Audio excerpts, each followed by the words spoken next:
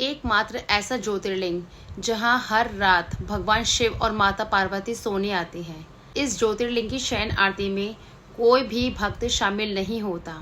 जय श्री राम। गंगा से भी पवित्र नदी कहलाती है माँ नर्मदा। गंगा से भी पावन नदी है माँ नर्मदा। और इसी नर्मदा नदी के किनारे सटा है ओमकारेश्वर पर्वत। पर्वत पर निवास करते हैं एक लिंगनाथ महादेव। यहाँ नर्मदा नदी किनारे दो प्रमुख मंदिर है, ओमकारेश्वर और ममलेश्वर। और यही दोनों ज्योतिर्लिंग मिलकर एक होते हैं और मिलकर कहलाते हैं ओमकार ममलेश्वर महादेव। 12 ज्योतिर्लिंग यानी 12 ज्योतिर्लिंगों में से ओमकारेश्वर ज्योतिर्लिंग चौथे स्थान पर आता है। और कहते हैं यह पूरी पृथ्वी पर एकमात्र ऐसा ज्योतिर्लिंग है जहां भगवान शिव और पार्वती रात को सोने आते हैं और चौसर भी खेलते हैं। यही कारण है रात को यहाँ चौपाई बिछाई जाती है और मंदिर के पट बंद होने के बाद कोई भी भक्तगण इस मंदिर में नहीं जा सकता। ओमकारेश्वर ज्योतिर्लिंग में एक ऐसी आरती होती है जिसे कोई भी भक्त देख नहीं सकता, ना ही मंदिर का कोई कर्मचारी देख सकता है। यह है ओमकारेश्वर की शयन आरती। इस शयन आरती में केवल पुजारी ही गर्भगृह में भगवान शिव की पूजा करता है, जो कि विश्व में प्रख्यात है।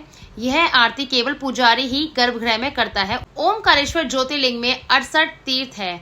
कहा जाता है यहाँ 33 कोटि देवी देवता अपने परिवार सहित रहते हैं, निवास करते हैं। शिव पुराण में उल्लेख है भगवान राम से 14 पीढ़ी पूर्व एक राजा हुआ करते थे जिनका नाम था मानधाता। उन्होंने माँ से ना जन्म लेकर पिता से जन्म लिया था। उनकी तपस्या से प्रकट हुए थे भगवान शिव। यह शिवलिंग कहीं बनाया नहीं गया, यह है 12 ज्योतिर्लिंगों में से एक जो कि खुद प्रकट हुआ है भगवान राम के पूर्वजों के द्वारा, जिनका नाम था मानधाता। यह शिवलिंग प्रकट हुए थे, स्थापित शिवलिंग नहीं है। जिस तरह से हम मंदिर में आरती करते हैं प्रण अक्षर के माध्यम, ओम अक्षर के माध्यम, इसलिए कहा जाता है ये तीनों एका ओमकारेश्वरा।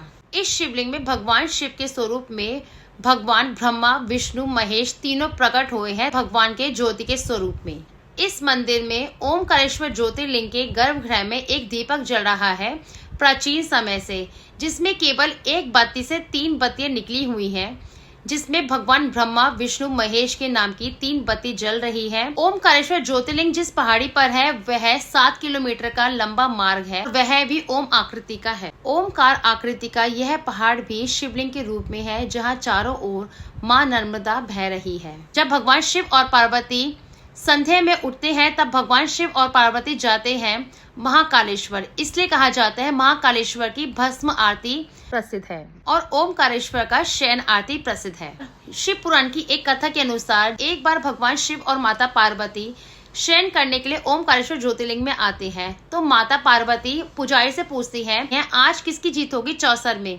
तब पुजारी कहता है माता महादेव की जीत होगी। इसके अगले दिन माता पार्वती पुजारी से बोलती है पिछली रात चौसर में मैं जीती थी, और माता पार्वती पुजारी को श्राप देके चली जाती हैं। श्राप देने के पश्चात शिवलिंग पर जल चढ़ाने अप्सराएं आती हैं। तब अप्सराएं पुजारी से पूछती है क्या हुआ, तुम ऐसे क्यों खड़े हो।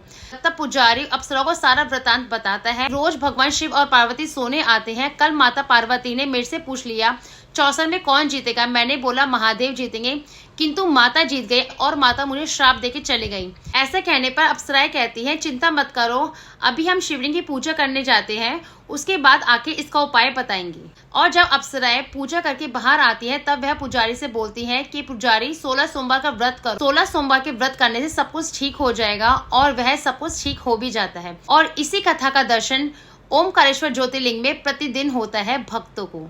पूरे विश्व में ओमकारेश्वर ज्योतिर्लिंग ही एक ऐसा ज्योतिर्लिंग है जिसके दर्शन के पश्चात एक महानदी का दर्शन होता है।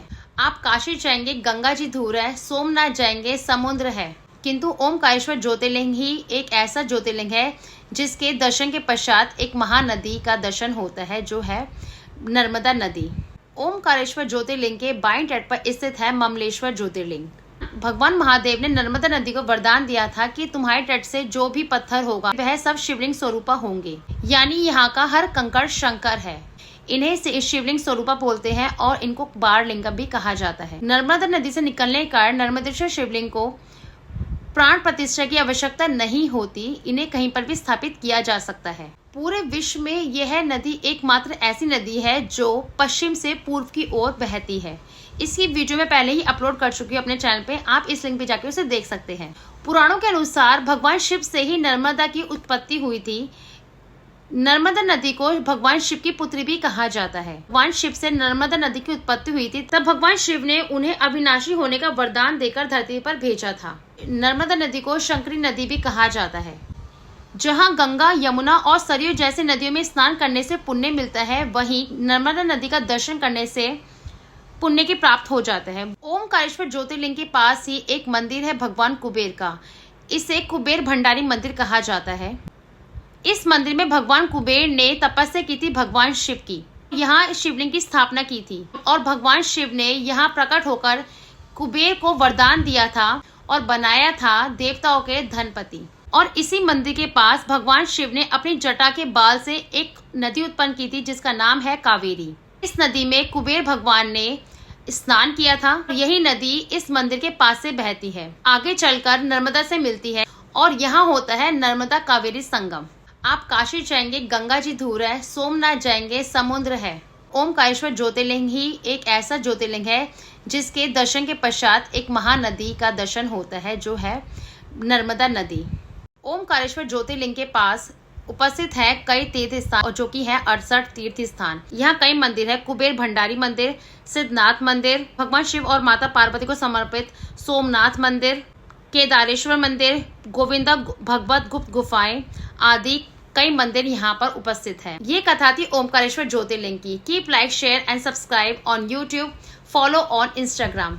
जय श्री राम।